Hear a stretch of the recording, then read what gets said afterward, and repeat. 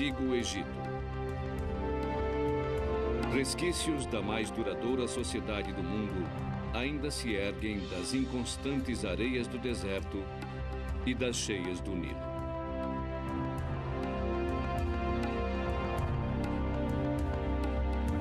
Mas durante 1.600 anos, uma parte importante da paisagem ficou escondida. Enterrada como um tesouro no mar, aguardando para ser descoberta.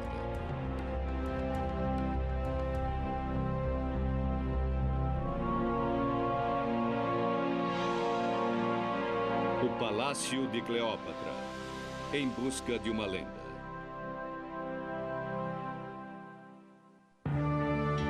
Egito. Durante 5.000 anos, uma civilização prosperou aqui, repleta de imagens de riqueza e veneração, poder e orgulho.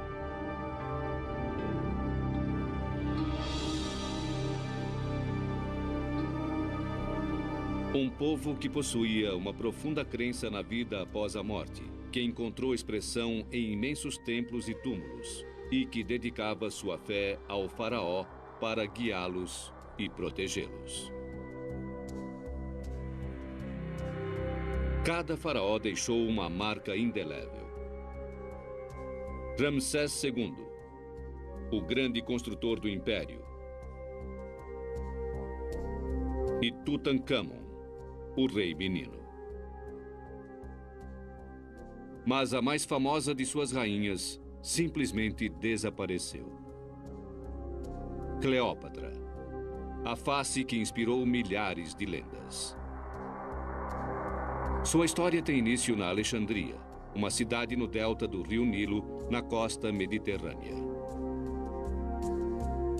Foi fundada em 332 a.C. por Alexandre o Grande, que conquistou o Egito para seu sempre crescente império.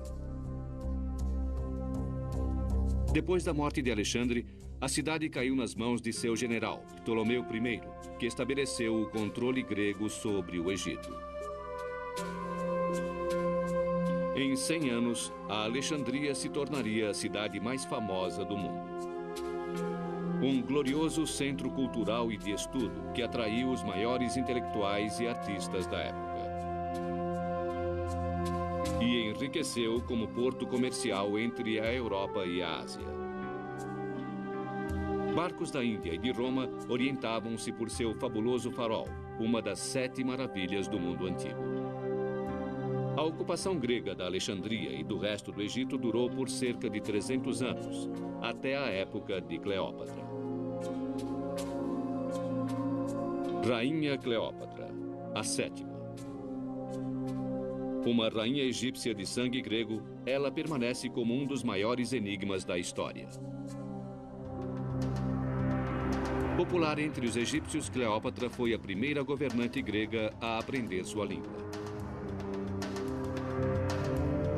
Ela manteve o poderoso Império Romano sob controle, mantendo ligações íntimas com seus líderes. Mas sua sorte chegou ao fim quando Otaviano, o regente de Roma Ocidental, decidiu tirar o Egito de seu comando. Para não se submeter à derrota, a rainha cometeu suicídio. Mas, de todos os dramas que Cleópatra enfrentou, não resta nenhum vestígio na Alexandria de hoje. Na verdade, seu mundo encontra-se escondido sob 10 metros de águas turvas em uma baía que se estende por mais de 2 quilômetros quadrados. Ninguém jamais tentou uma busca em grande escala neste sítio enorme até agora.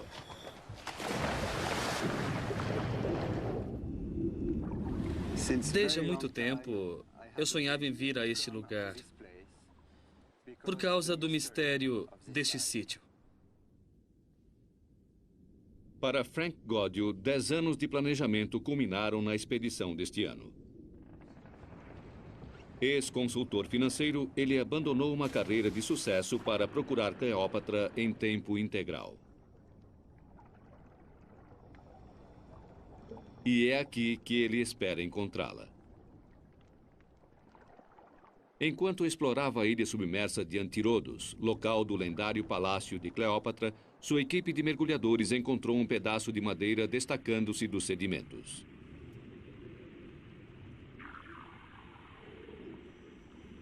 Durante 3 semanas, os mergulhadores limparam o sítio. A curiosidade transformou-se em excitação.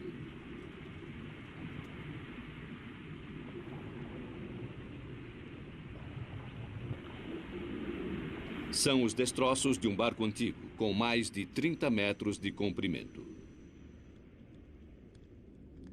A grande surpresa para a equipe, para mim, nessa temporada, foi a descoberta dos destroços no porto da ilha de Antirodos.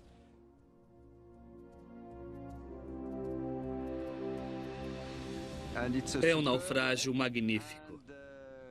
Está em excelente estado de conservação. A datação por radiocarbono identifica o barco com a época de Cleópatra.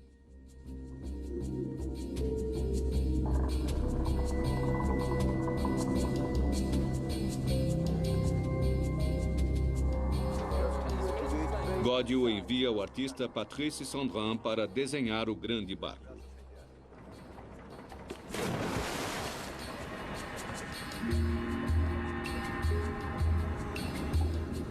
O papel especial à prova d'água permite que ele faça um esboço.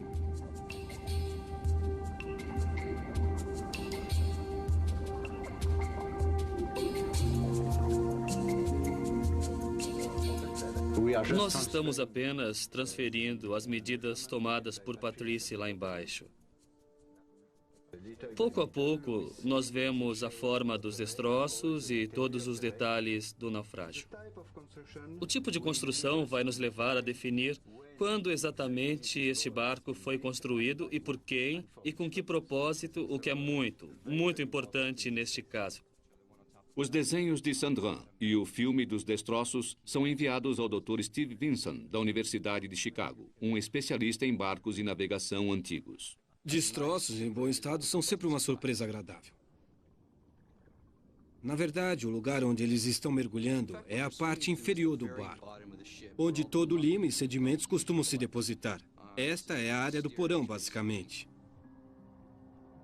Um modelo computadorizado ajuda o Dr. Vinson a trazer o barco de volta à vida. Bem, o esboço me deu a primeira pista, porque com o desenho eu pude vê-lo inteiro, de uma vez só. O que nós temos aqui é a viga central, a quilha, que é esta trave longitudinal que vai da frente até atrás. Cruzando a quilha, existem várias traves que vão de lado a lado, que são chamados de costelas ou, mais adequadamente, de armação. O barco era grande para os padrões antigos, 30 metros de comprimento, com grossas vigas de apoio que mediam 8 metros de lado a lado. Vincent suspeita que seja um barco de carga. Bem, se estivesse saído do Egito, ele poderia estar levando um carregamento de cereais. As estatísticas indicam que a quantidade de cereais embarcados do Egito para Roma era cerca de 50 mil toneladas por ano. Um barco de carga desse tamanho poderia carregar 300 toneladas de cereais ou vinho acondicionados em recipientes vedados. A opulência do Nilo que tornou Cleópatra rica. O Egito era por onde teria sido transportados muitos bens luxuosos da China, da Índia e da África subsaariana.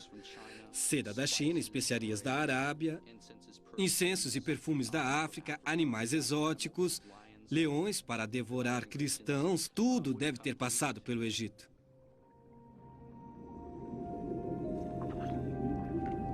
Escondidas entre os destroços do barco, a equipe de Godiot encontra joias em perfeito estado.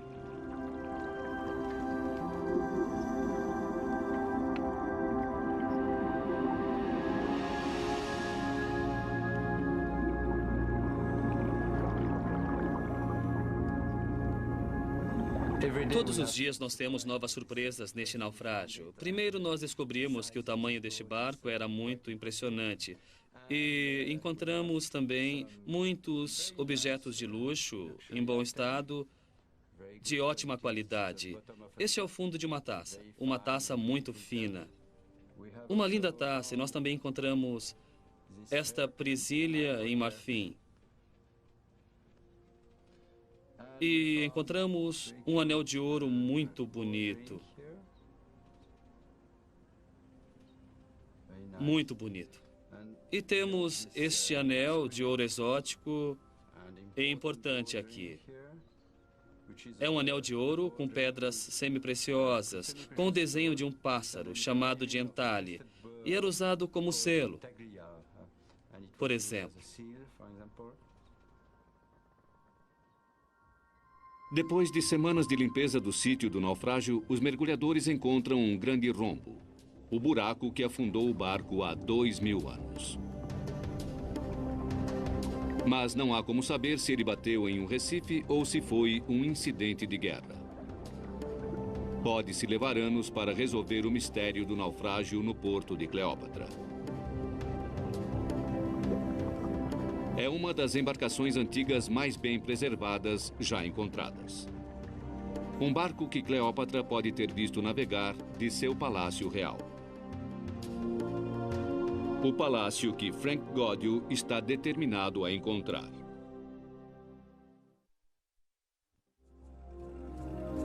Há 2.000 anos, a Alexandria era a cidade mais rica do mundo, maior do que Atenas ou Roma.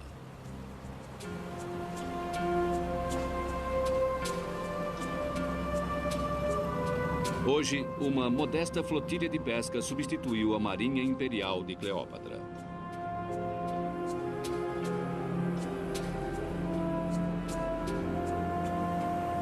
Em algum lugar nestas águas estão os palácios onde ela seduziu os homens mais poderosos da Terra, o poderoso Júlio César e o ambicioso Marco Antônio.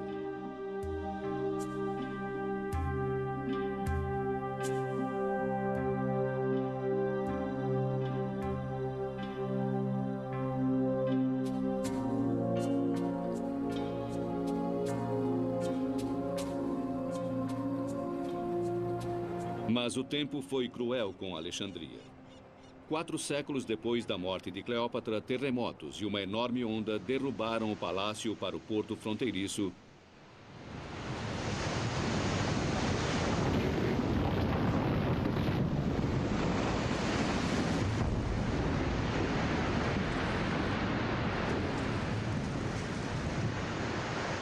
Lançando-os na baía e criando um enorme quebra-cabeças submarino. Se alguma coisa resta do palácio de Cleópatra, deve ser encontrada em algum lugar da baía vasta e impassível.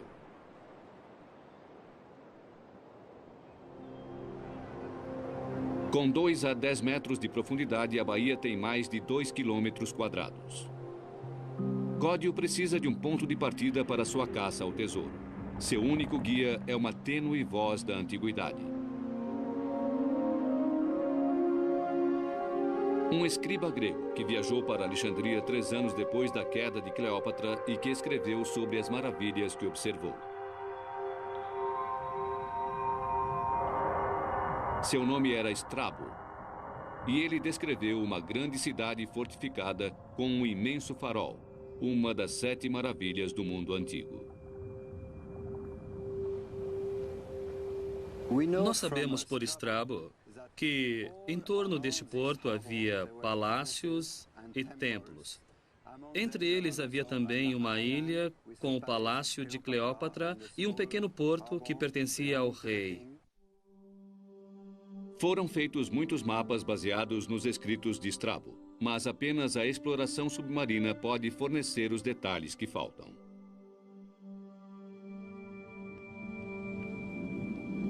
A visibilidade é um problema. Os mergulhadores raramente conseguem enxergar além de 2 metros nas águas turvas, e a menor tempestade levanta séculos de sedimentos.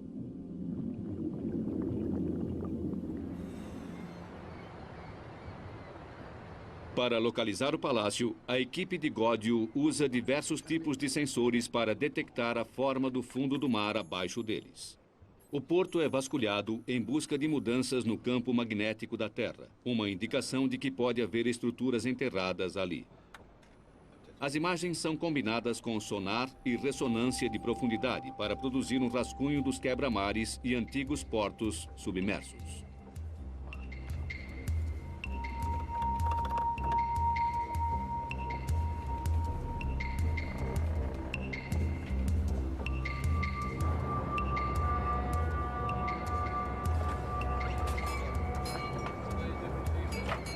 Godio reuniu uma equipe multinacional de mergulhadores e arqueólogos.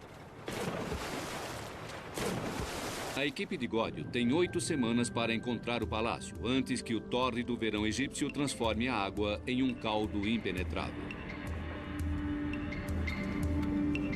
No início, os mergulhadores têm dificuldades em alcançar seu objetivo. Séculos de depósitos de cálcio cobrem as rochas e as relíquias sob quase 1 metro de uma crosta sólida.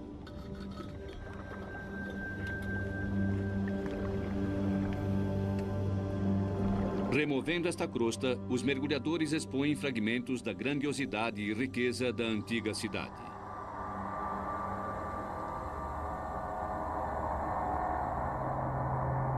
Uma estátua do deus grego Hermes.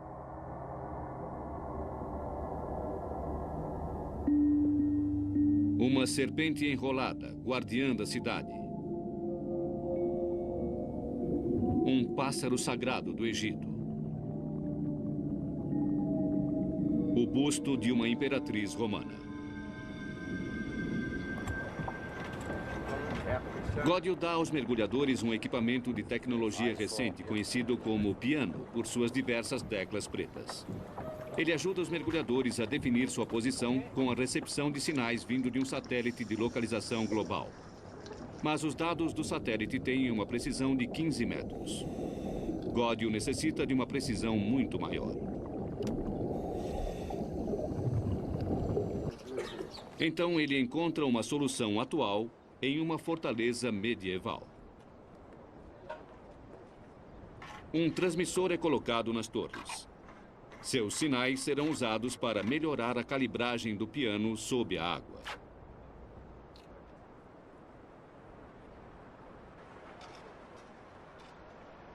Este receptor está ligado a 2 antenas. A primeira recebe o sinal do satélite.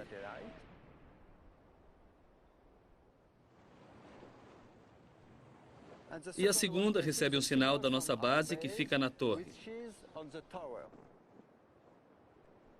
O computador ligará os 2 sinais.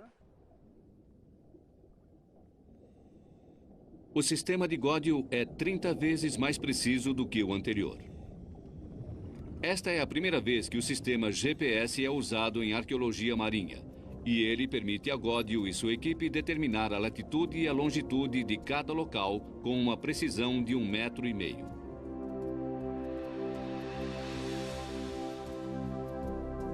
Os resultados da inspeção com o GPS são surpreendentes. Frank Godio consegue desenhar o mapa preciso de uma metrópole desaparecida.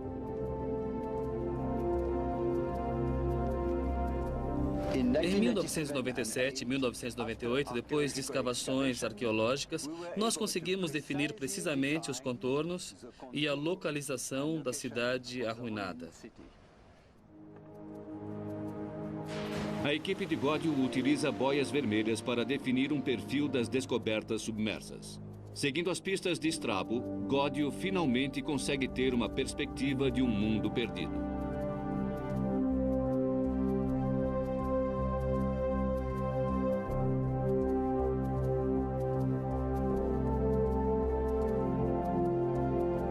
Seu mapa dá acesso aos domínios da rainha. O palácio onde Cleópatra seduziu Júlio César, o poderoso comandante das legiões romanas.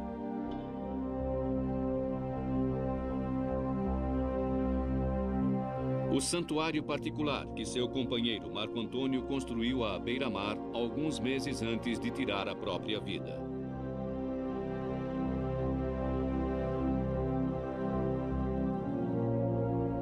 E, finalmente, Antírodos, a ilha real de Cleópatra.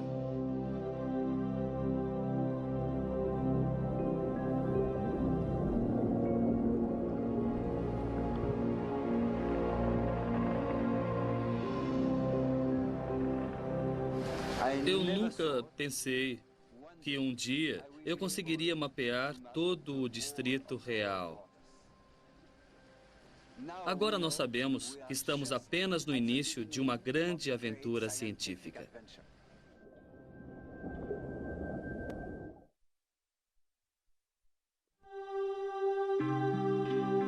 Pela primeira vez em quase 2000 anos, os palácios reais da Rainha Cleópatra podem receber novos visitantes. Tendo mapeado o antigo porto de Alexandria, Gódio limita sua busca à ilha submersa de Antírodos. Foi aqui, em 26 a.C., que o geógrafo Strabo viu a luxuosa residência de verão de Cleópatra 4 anos depois de sua morte. Mas ele não dá pistas sobre sua localização. Agora, encontrá-la depende de Gódio e seus mergulhadores.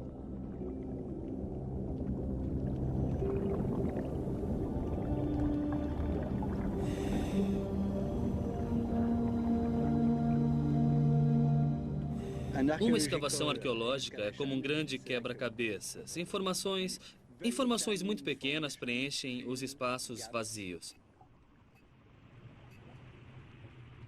O sítio em si é imenso, 27 hectares, sob águas tão turvas que a visibilidade é frequentemente limitada ao comprimento de um braço. Quando os artefatos são encontrados, eles precisam ser catalogados ao longo de uma linha do tempo na qual a vida de Cleópatra não passou de um breve instante.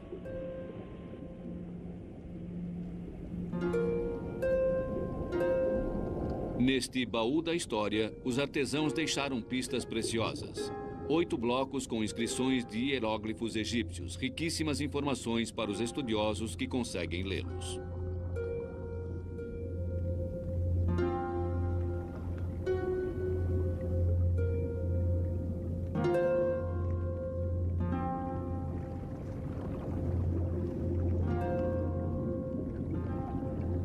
Faixas de silicone flexível são enviadas para baixo para fazer cópias do texto.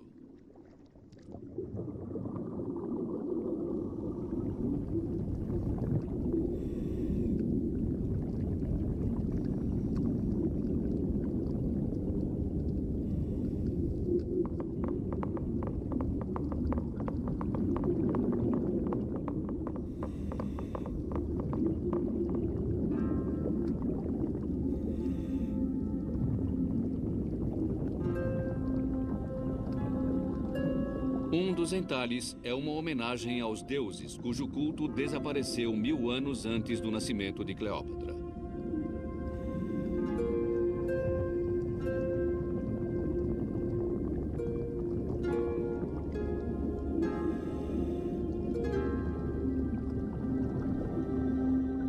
Outras inscrições estão em grego. Um tablete homenageia um imperador que governou 2 séculos após a morte de Cleópatra.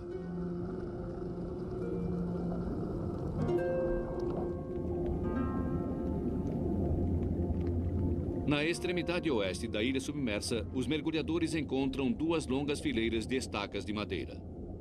Elas são a fundação de um antigo quebra-mar e uma pista valiosa. A idade da madeira pode ser determinada. Elas datam do 4º século antes de Cristo e do 5º século antes de Cristo. E isto é muito interessante. O quebra-mar já existia aqui bem antes de Cleópatra. É uma descoberta animadora. Se ele resistiu todos esses anos, há uma chance de que o mundo de Cleópatra também tenha resistido. Na época em que Cleópatra assumiu o trono, Antírodos era um próspero porto real, a principal propriedade do palácio de uma ambiciosa beldade e seus famosos amantes.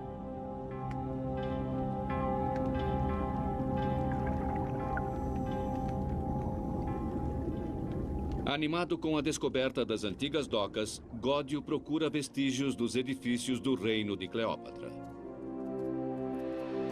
Perto do cais, os mergulhadores descobriram dezenas de colunas claramente gregas. Os ancestrais de Cleópatra vieram da Grécia. e importaram seu estilo para o Egito.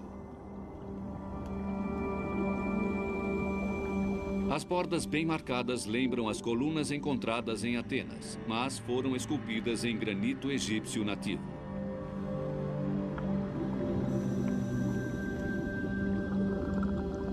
As pedras que estavam colocadas no alto das colunas são decoradas com símbolos egípcios tradicionais.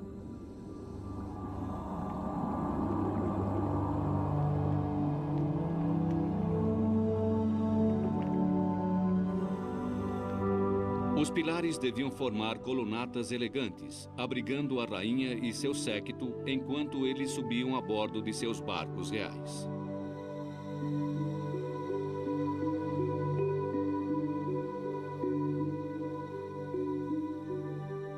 Ancorado acima da ilha submersa de Cleópatra, Gódio está seguindo uma trilha descrita apenas pelo antigo geógrafo Estrabo em 27 a.C.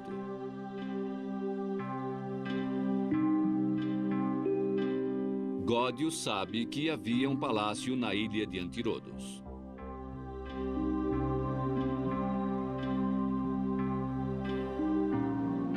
Daqui, a família real deve ter admirado o porto movimentado e o grande farol.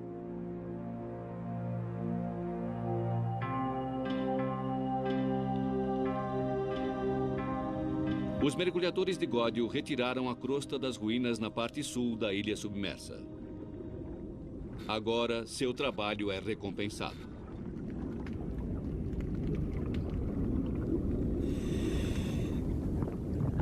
Os mergulhadores descobrem uma série de colunas gigantescas esculpidas em granito vermelho egípcio.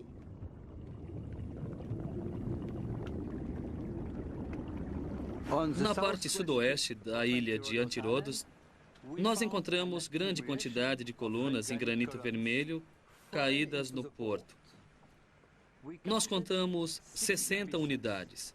Elas são imensas, com mais de 1,20 m de diâmetro. As colunas caídas cobrem 60 metros do fundo da baía.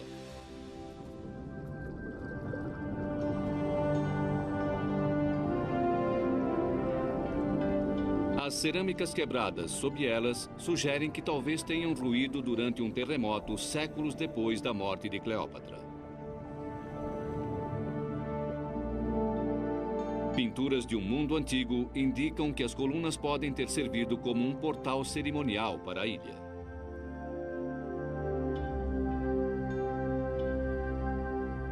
As colunas anunciam a majestade de sua proprietária. Algumas tinham mais de 7 metros de altura, uma entrada magnífica, digna de uma rainha. Os navegantes que chegavam devem ter se maravilhado com esta grandiosa entrada da Ilha Real. O portal leva Gódio a suspeitar que o palácio esteja próximo do centro da ilha. Mas em suas tentativas de encontrá-lo, Gódio às vezes depara-se com o inesperado.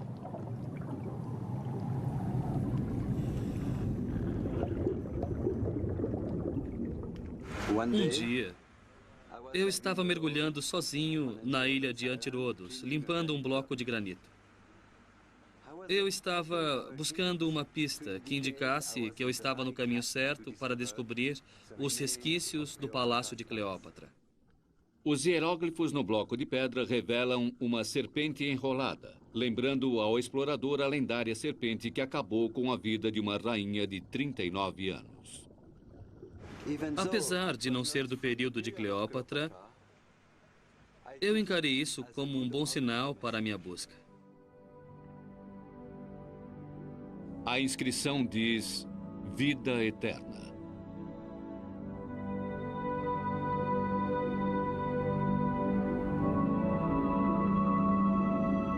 Dezenas de outros blocos são logo encontrados.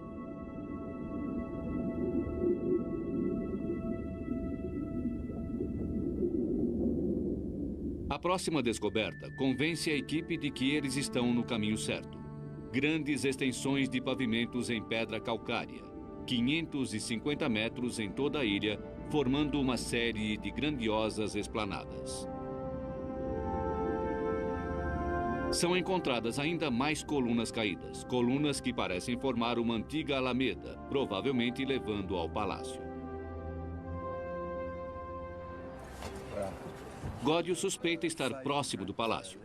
Então, ele instrui os mergulhadores para escavar uma vala profunda perto dos pavimentos.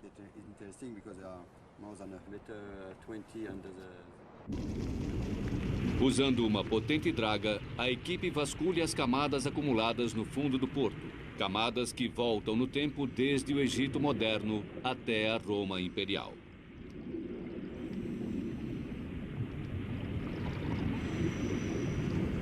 A equipe leva 3 semanas para alcançar a camada em que mais estão interessados.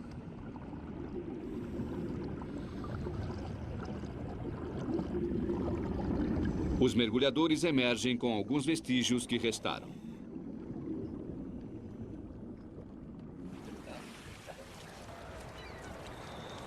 Esta camada que nós encontramos ontem, com estas cerâmicas muito finas, data, nós achamos, da época de Cleópatra.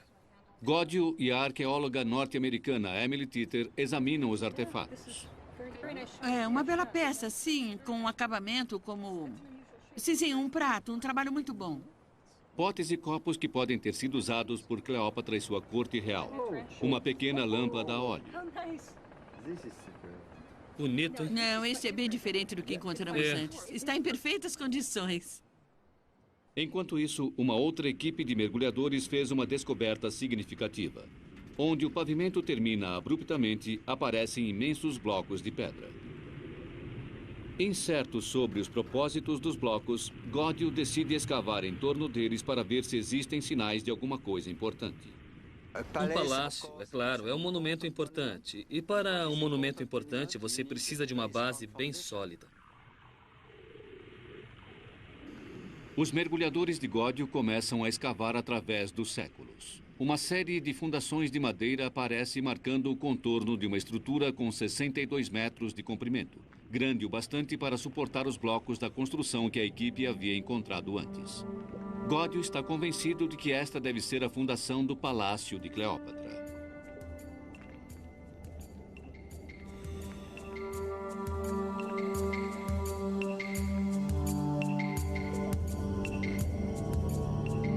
A datação da madeira indica que esta estrutura foi construída 200 anos antes do nascimento de Cleópatra. Godio acredita que este é o palácio que Cleópatra herdou como rainha.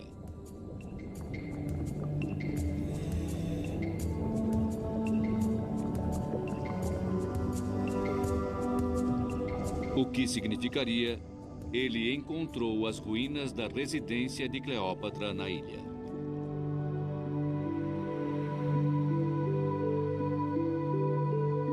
Nós podemos supor que ela passava temporadas nesse palácio quando Júlio César vinha para Alexandria. Ou depois, Marco Antônio, é claro. A arte clássica dá pistas sobre a aparência do palácio. Altas colunas gregas erigidas em solo egípcio. Altivos dosséis que forneciam sombra para a realeza. Mas como era realmente o palácio?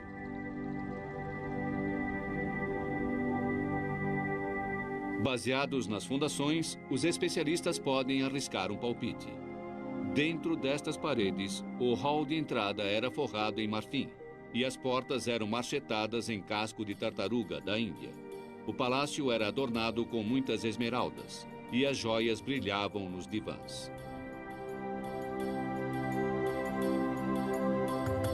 Foi aqui, há 2000 anos, que a rainha de uma nação grandiosa tentou salvar o seu povo da conquista. Os romances de Cleópatra com Júlio César e Marco Antônio transformaram-se em lendas duradouras. Dois grandes guerreiros fascinados por uma beldade real e impressionados com a riqueza de sua dinastia. Eu me sinto privilegiado em poder tocar o pavimento no qual Cleópatra caminhou. Godio encontrou o edifício principal do complexo do Palácio de Cleópatra. mas ele sabe que suas buscas na ilha não estão encerradas. Seus mergulhadores descobriram algo incomum ali perto. Algo que pegaria a todos de surpresa.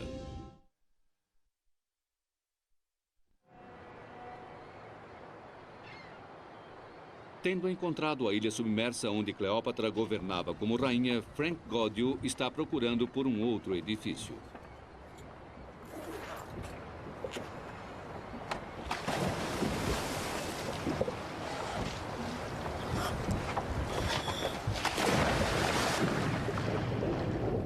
Um templo que pertencia a Cleópatra. Seu santuário particular. Os mergulhadores passaram 2 anos procurando por ele. Godio está convencido de que ele ainda está lá.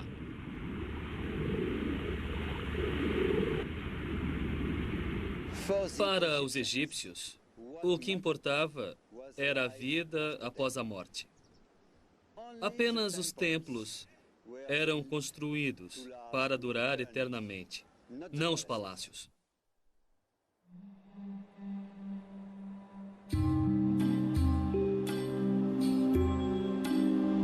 Um templo a centenas de quilômetros ao sul ainda anuncia a imortalidade de Cleópatra. Aqui, sua imagem funde-se com a da deusa Ísis.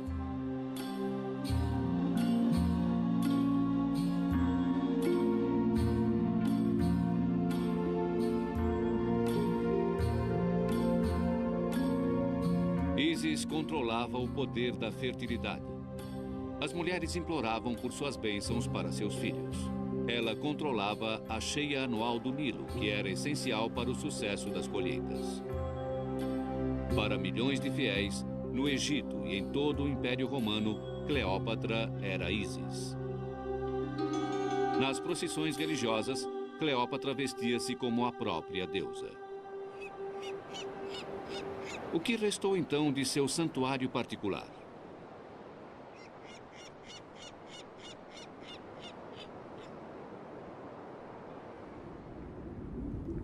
Os mergulhadores vasculham uma área da ilha submersa perto da praia.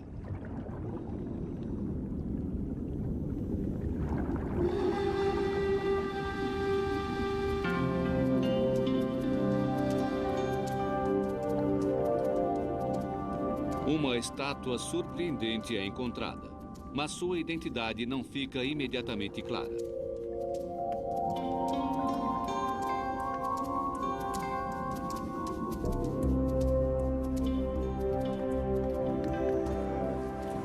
Ela seguirá para a superfície para mais pesquisas.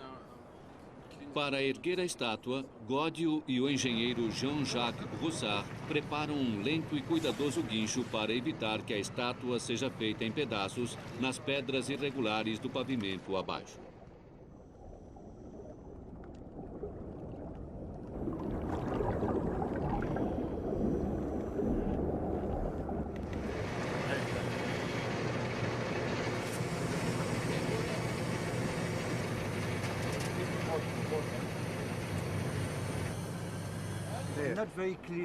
Godio reúne-se com Ibrahim Darwish, o diretor egípcio do Departamento de Arqueologia Marinha, e a arqueóloga Emily Tita. O mais provável é que venha de um pequeno santuário da deusa e este seria o ponto principal do templo.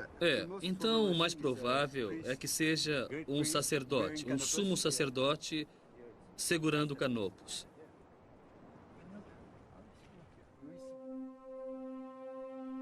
É um sumo sacerdote do culto a Ísis de Cleópatra. Ele segura um jarro chamado de Canopus, cheio com a água sagrada do Nilo. É uma descoberta inestimável. A primeira estátua completa com Canopus já encontrada no Egito. A cabeça calva da figura o identifica como sacerdote do culto a Ísis. O corpo inteiro era depilado em purificação a cada 3 dias, a fim de preparar-se para rogar à deusa que assegurasse a fertilidade do Nilo.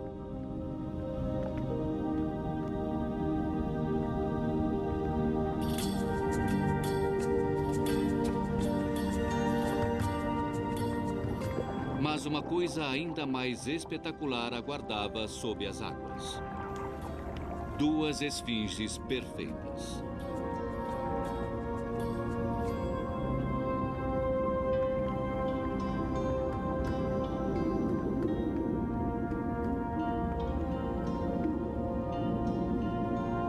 As esfinges são criaturas mitológicas, mas seus rostos reproduzem a aparência dos reis e rainhas do Egito, talvez até mesmo da própria Cleópatra. Frank Godio ordena que as 2 esfinges sejam trazidas para bordo para que se façam moldes completos.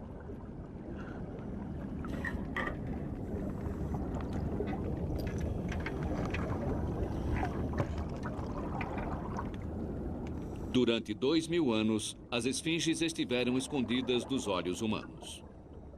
Agora, por alguns minutos de ansiedade, elas sobem na direção do céu.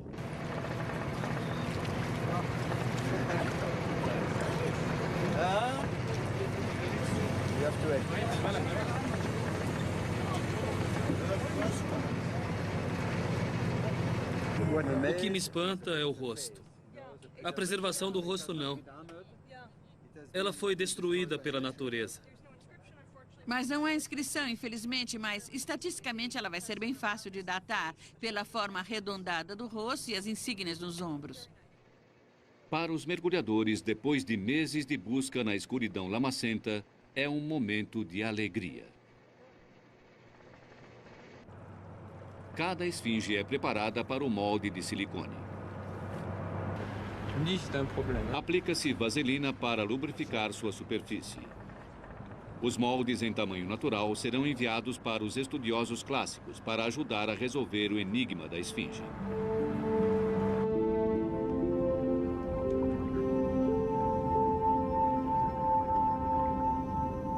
A descoberta logo demonstra ser uma revelação. Uma das esfinges tem a aparência do pai de Cleópatra, o rei Ptolomeu XII. A própria rainha deve ter olhado para este rosto.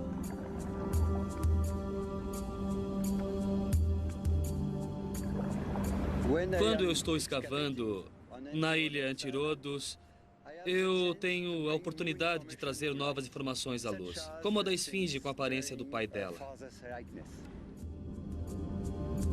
Durante o reinado de Cleópatra, as esfinges eram frequentemente usadas como guardiãs espirituais dos templos. A descoberta de esfinges tão perto do sacerdote Canopus sugere a Godio que ele encontrou o santuário que procurava.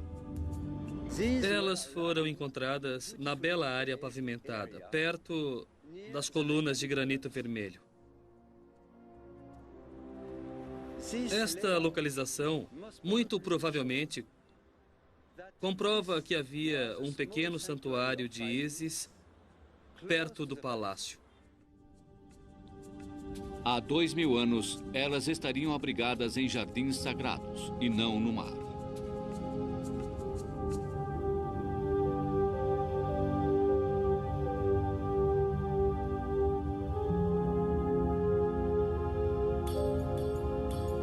Como a deusa Ísis incorporada em um ser humano, Cleópatra teria liderado as procissões aqui. Rituais sagrados e abençoados pelos sacerdotes de Ísis, purificados com as águas sagradas do Nilo dos jarros Canopus.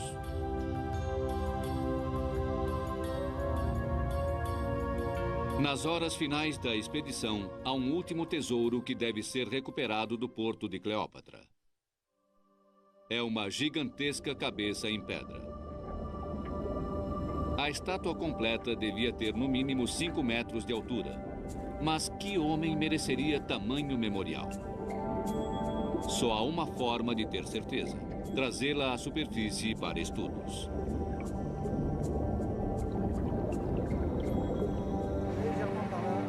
Godio imediatamente reconhece o rosto. É o ditador romano Otaviano, inimigo mortal de Cleópatra. Quando seu poderoso exército invadiu a Alexandria, Cleópatra preferiu suicidar-se a render-se.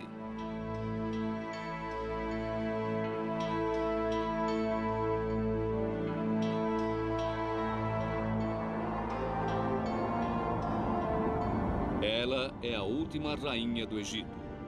E agora, um poderoso romano reivindica seu reino.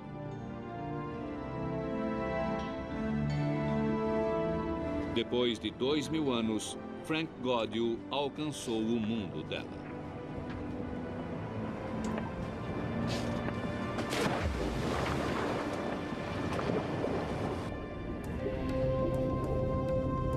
Enquanto se prepara para voltar para casa, a equipe de Gaudio tem uma última tarefa. Eles precisam devolver todos os tesouros de Cleópatra à Baía. No final, o governo egípcio vai determinar o destino deles.